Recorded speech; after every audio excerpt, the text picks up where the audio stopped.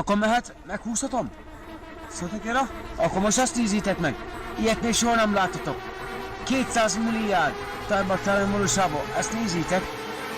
Ez komoly, öcsém. Ez komoly, öcsém. Túrjad a havat, basszam meg a nyádot!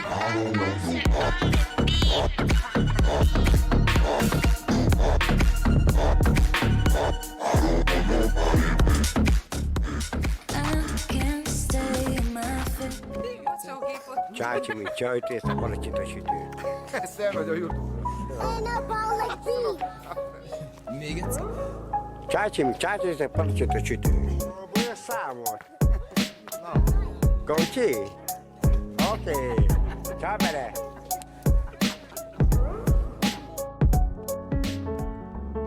Kérdés ezt a nővet, ezt én villomálló.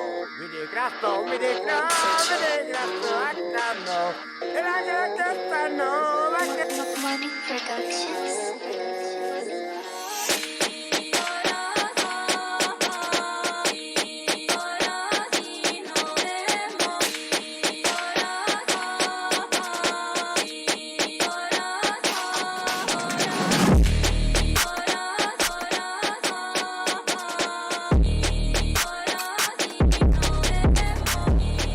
Anyád barbújjon lett, de... Ó, a fék kócos basszát verje meg, basszalt ragad. Mi van? Arra, életben. Elkezdett csókolom, igen. Igen, én vagyok mondanám. Hogy vagyok, szarú. Mi van a Magdika? Keresek, hogy hol a faszomba vagyok. Mert versenybű.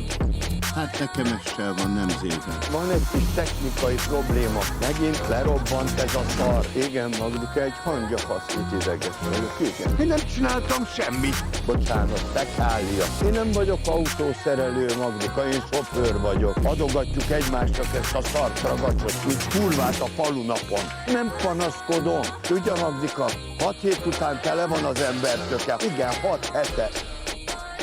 Micsoda? Na ide figyeljen, Magdika, ezt a fuvart már nem én rakom le. Elmennek maguk a picsába.